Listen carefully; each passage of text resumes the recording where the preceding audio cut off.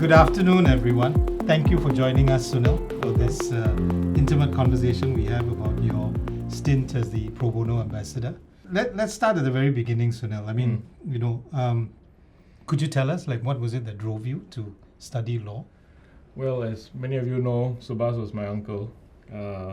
So I used to grow up with the stories of, swashbuckling criminal lawyers in court and all that when I was very young. Right. So you grew up on the stories where Subhas was fighting for the underdog, more often than not. And it seemed like a natural calling. Great. And so I'm assuming that crime was what you were already keen on doing. That's right. I think crime at the start was clearly the aim of law school. Okay. Once I managed to get in. And you mentioned your late uncle, Subhas Anandan, who himself was a lion and a doyen of the criminal bar. How did he inspire you on this path? Well, I had the benefit of getting into law school first of all, and thereafter doing an internship with him. I know many kids now do plenty of internships, but I suppose internship for me was to just confirm my bias towards criminal law, and it worked. So I saw him in action, saw his interactions with the clients, with the judges, with the prosecutors, and I think that sort of sealed the deal for me. Did you try internships in any other areas of law before that? No. I think I'm not so academically inclined. Crime was a nice fit for me. Right. Tell us about your stint in law school. Law school was fun. I made a lot of very good friends there. And I think one of the things that stood out for me in law school was I was the chairman of Rag and Flag in second year law school. So that's where we started doing pro bono work for the community in that case. Right. So I started with orientation in first year law school, where I was on the junior com of RNF. We did work at Petapi's home. And when I became chairman in second year, we brought the first years the freshies to Chaoyang Special School at Newton when it then was, and we did some renovation works. We brought the kids to the zoo, the law school kids as well as the special needs kids. So that was a very good memory for me. And law school that year raised a fair bit of money for Rag and Flag. Fantastic. So that was the predominant law school memory in terms of socializing, if you would. But the toughest stint academically, and I didn't do very well, was doing Bob Beckman's ILP course. So that's where they select the mooters. And that was the toughest course that one could take in law school, for me at least, because it was very rigorous. And it prepared me for practice. Excellent. In the publication Letters of the Law, which a reprint came out recently as well, you had contributed to that, one of those letters. Yeah. And you had written a letter, I think, to the Sunil of the year 2000. And your opening line in that contribution was, "Get out now if you can. The practice of law will disappoint you." What was it about the practice of law that disappointed you? Specifically, when I wrote that line, I had just come from the traffic court. This was many years ago. I remember I was arguing the case, I was giving precedence and all that, but then it fell on deaf ears. So I was quite disappointed. Even today, we just had a appeal that didn't go the way we wanted. So you'll be filled with disappointment when you practice criminal law because you lose more often than you win. And it hurts more when you think you should have won but still lost. So I think that's the inevitable journey of the criminal lawyer. The question is, you have to pick yourself up, dust yourself off, and keep on fighting. And you describe it aptly in that letter as well, where you say that in order to do what you do, you need to believe that you're putting up a good fight. That's right. I mean, you need to be a stubborn bugger. So I take it you're at it today. You're one of the leaders of the criminal bar today. I wouldn't say that. Do you still fight the good fight? Do you still believe that you're fighting a good fight? I like to think I do, but like what I tell the trainees that come into the firm now, the first few years of practice, you'll be honing your skills as a lawyer. But unfortunately, in practice, when you get to a different level, 10 years in, or maybe more than 5 years in already, you have to start dealing with the business of the law. And the business of the law sometimes conflicts with the practice of the law. Because, I would very happily be the head of the Law Society Pro Bono Services office because he has such a good time, just doing good all the time, you see. Maybe you can invite him to participate in this interview. Yeah. That's right. We'll get his views on this later on. He's around here, I think. We'll move to the business of the law in a short while, Sunil. But could I just ask, we are now in 2021. What is it that keeps the Sunil of 2021 going? I don't think I can do anything else. So I'm stuck with the law. But I still derive purpose in what I do. I still enjoy fighting the good fight. I like taking the underdog side and taking the system on as best I can. I enjoy problem solving, and I enjoy helping people with their problems. Okay, it's all the better if they pay me to help them with their problems, right? Better for my firm as well. But I still do my fair share of pro bono, I suppose. Yeah, you do. You certainly do. And that was one of the reasons I believe you were the Pro Bono Ambassador for the last year. But Sunil, in that letter that I mentioned that you wrote to yourself, you also mentioned sometimes having to deal with ungrateful clients. Oh, yeah. And how do you deal with that? Having fought the good fight for them, getting a result that, is probably better off if You see, we have to balance our duties, right? We have a duty to our client, but we also have our duty to the court.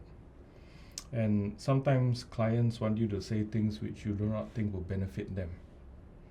But they do not fully appreciate it when you tell them that, look, you say this is going to damage your case.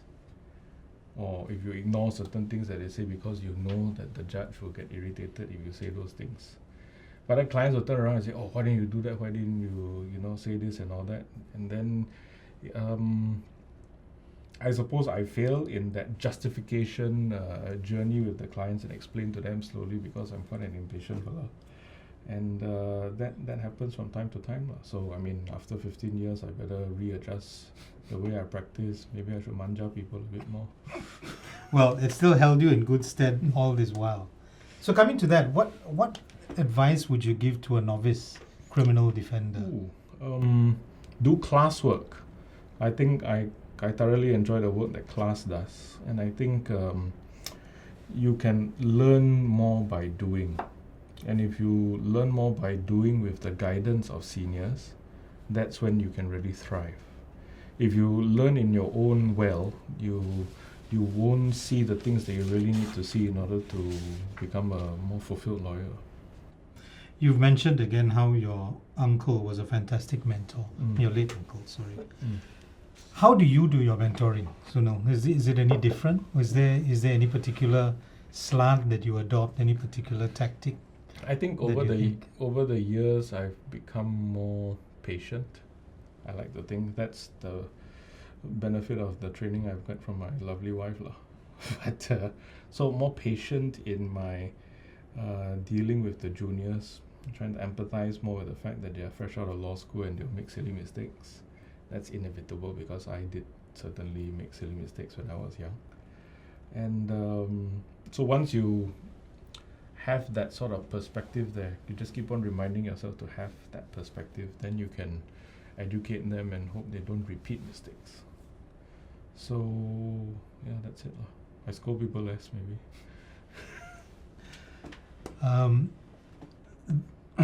The Partiliani case Yes. has attracted a lot of attention towards pro bono work, pro bono counsel.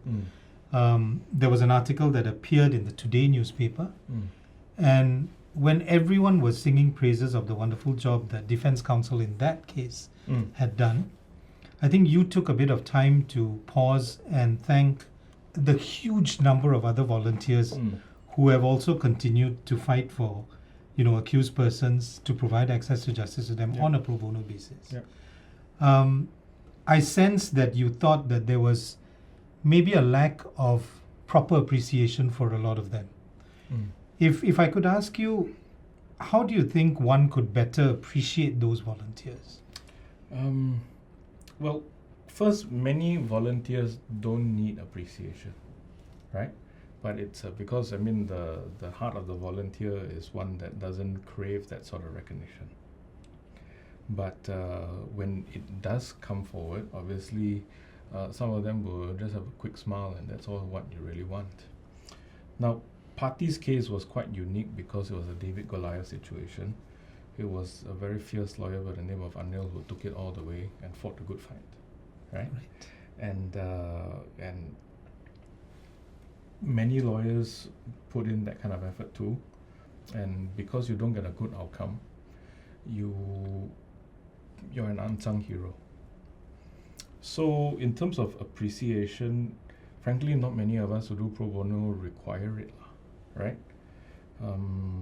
But for the quiet lawyer doing his or her work on a case-to-case basis, helping class, I think they should know that people know that access to justice can't function without their intervention. And that's the classic way of the lawyers giving back to society, which many people forget. So, to answer your question, what can be done to appreciate? You know, this director of Law Society Pro Bono Services, he gives a certificate. He gives certificates every year, which is a very nice touch. Okay, that's good. If you give biryani, it would be better. Okay, we'll take that on board as well. Perhaps we can have a biryani lunch and a certificate presentation ceremony. Okay. Let's move on to the business of law. Yes.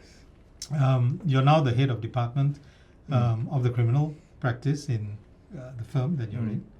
How do you juggle the competing interests of billings and pro bono work as well?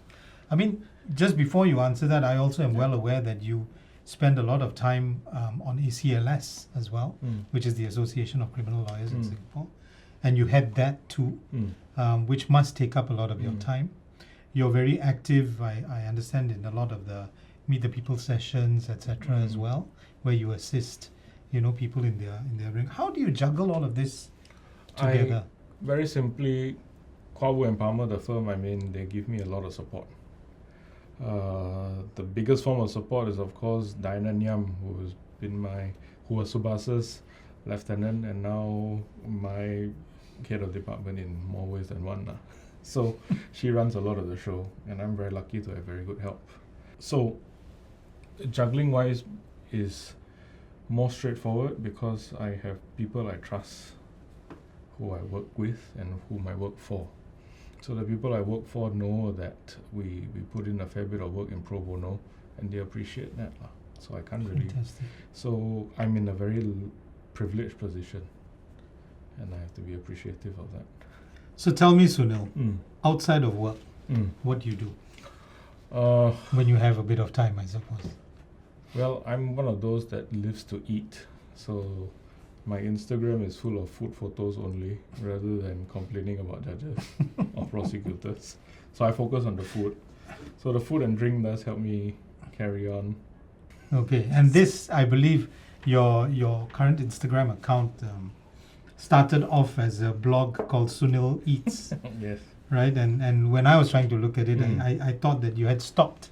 It in 2016, but I'm glad to hear that it's still on Instagram itself, and that you're not just keeping all your food secrets to yourself.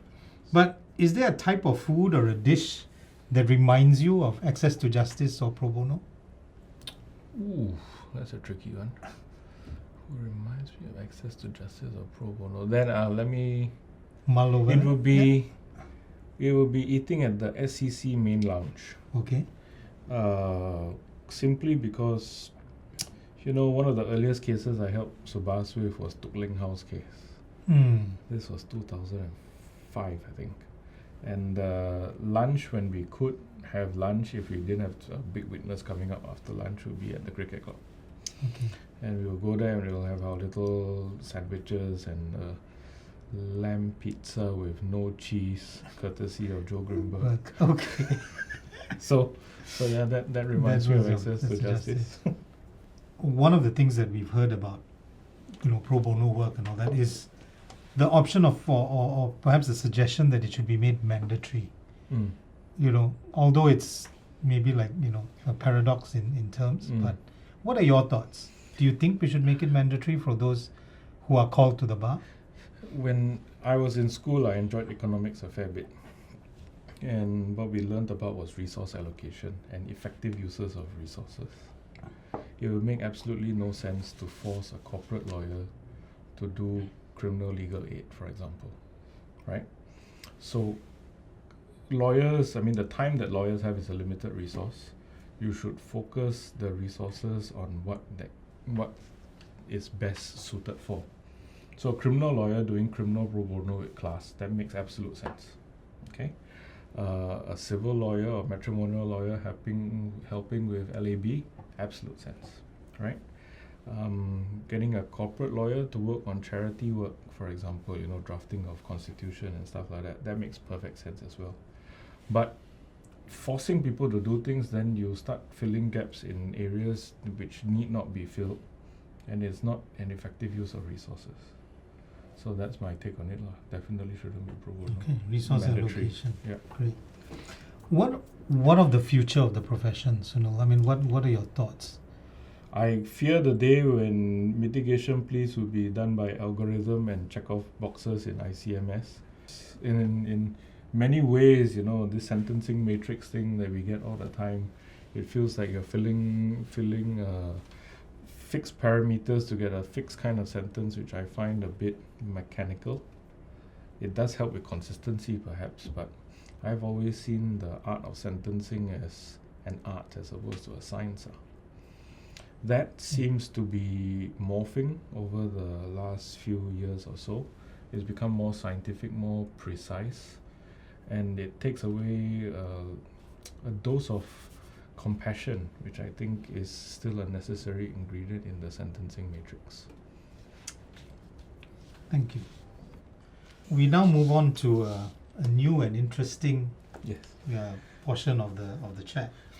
You see these cards with all different colors. They all have got interesting words on them. And the way you're going to select the cards is you're going to be throwing some balls at the dart board just behind you. Okay.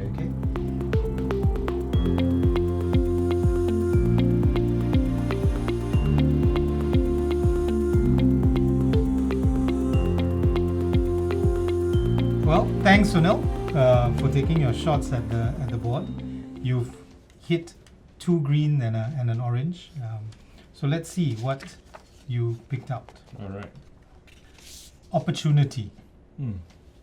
Tell us your thoughts about opportunities. Unfortunately, the first thought that came to my mind was something a bit cheesy, but I'll say it anyway. Sure. We go back to purpose, and I think part of the purpose of what we do is to give people second chances, right? So I'm grateful for the opportunity to give others a fresh opportunity to make something of their lives after their hopefully acquittals or short sentences, ideally. And so I'm quite lucky to be able to do what I do, and I don't take that for granted.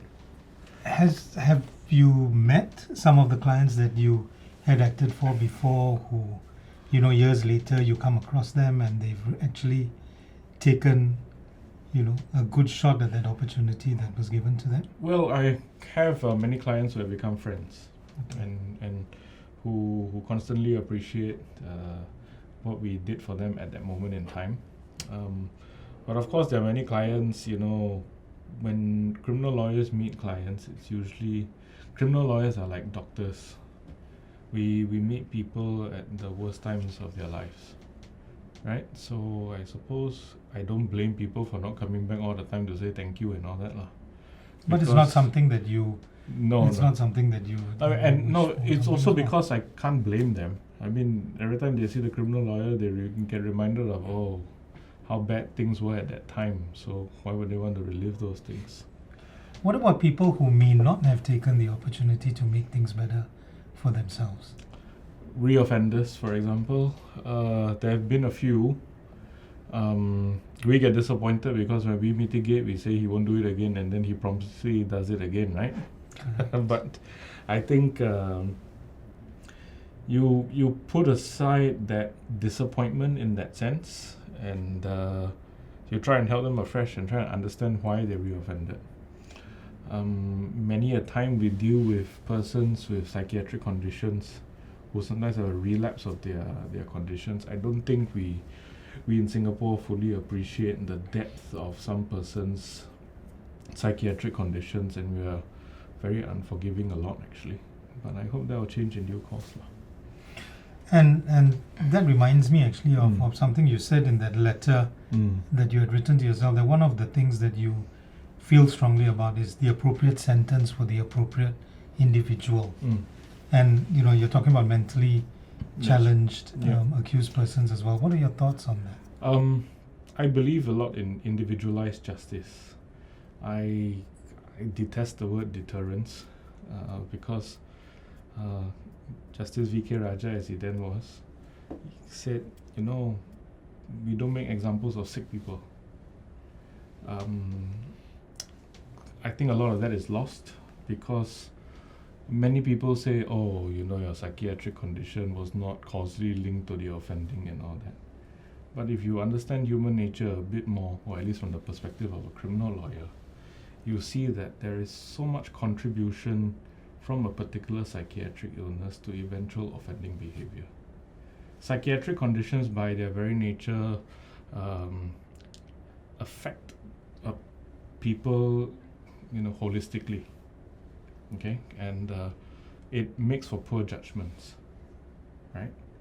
And that consequently links to potentially offending behavior. But if these people weren't mentally afflicted to begin with, there wouldn't be such offending behavior.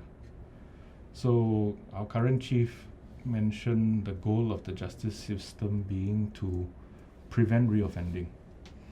And I am of the view that jail doesn't really help many a person, especially somebody with some sort of psychiatric condition, some special needs accused person. Rather, we need to address, and it's not really for Ministry of Home Affairs or Ministry of Law, it's for other ministries to give support mechanisms, the Ministry of Health, for example, for IMH support for many of these accused persons. I think that is the true solution to reoffending, not jail. To then giving them that opportunity to come back into the fold. But I have a bleeding heart, right? So but that's fine. So we need people like you with a bleeding heart to make these. The issue we have is lawyers like myself. We look through things sometimes too much through the criminal defense lawyer lens. I suppose that's how we were brought up, or trained. Let's move on to the next words. Okay. Regrets. Oh, regret. I told you just now that I regret not meeting my wife earlier because I think she has made me a better person. Do you tell her that? No, I saved it for this podcast. Oh, so I that see. When So she looks at it, she'll be very happy and surprised, and hopefully will shed a tear. So tell us a little bit about how you met your wife. I was lucky to meet her in our previous firm, Kara Wong, which is now with us, Kara Wong. And we got along. She likes to eat, so that helps. Very good. She's very smart, and she makes me better. So does she lament your long hours? She unfortunately keeps longer hours. And I see. So during circuit breaker, because of all the Germans in cases, I'm in the same room playing Overwatch, and she is doing her work. I see. So I go on mute. Any other regrets professionally? I regret my losses, right? I regret the cases whereby we thought we should have won but lost. I think that's the biggest thing. I sleep pretty well at night, so that says what it needs to say about what we feel is the correct amount of effort that we put in. Right. Because I remember Chinese New Year makan once when my auntie, the anesthetist, the matriarch in our family now, was berating Subhas. He said, "Why you help all these people? They don't deserve your help," and all that. She would say that. She means it in a joking manner. And then Subhas replied to her once, "Why do you help all these patients? They're going to die anyway, right?" So the throwback would be this episode of Grey's Anatomy I watched once. say why you do your best is so that when you talk to the family, you can say that you did everything, you tried everything that you could have done, and that unfortunately is the outcome. So that's how it is. So no regrets as a result. Interesting. Let's move on to your third and final one. And I think it's an appropriate, your dreams. I want my barbecue shop by the beach, but lawyers, unfortunately, by the nature of our profession, we're always looking at plan B. There are not many lawyers who want to be lawyers after 10 to 15 years in. Correct. So you start off, the idealism in law school is fantastic. That's right. Those that stay the course will do it to build, good for them.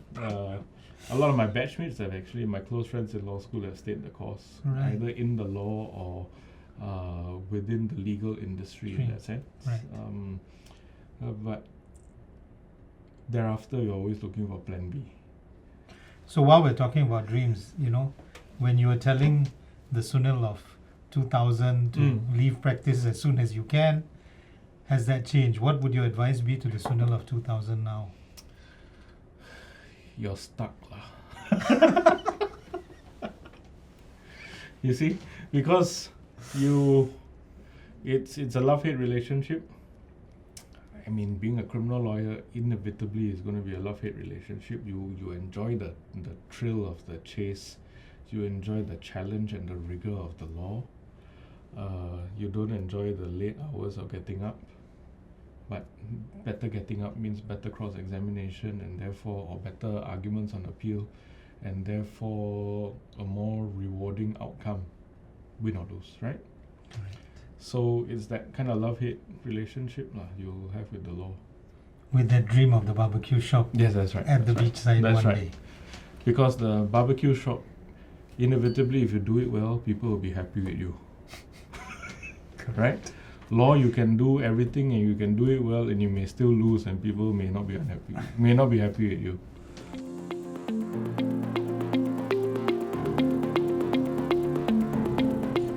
So Sunil, we're headed towards the final section of this interview as well. And as you can see, you've got the crystal ball, which is supposed to enable you to look into the future. Okay. You've shared quite a bit about your past with us today. You've shared about your dreams, your aspirations, etc. Looking to the future, Sunil, your thoughts? I see class strengthening, actually, with more class fellows and more class advocates, because I like the work they do. And I think if resources can be piled in there, you don't need the office for the public defender. You can just have everything consolidated here, mixed for economies of scale. I see a special mental health court which is an offshoot of the community court, which would deal with all accused persons with some form of psychiatric disorder or another.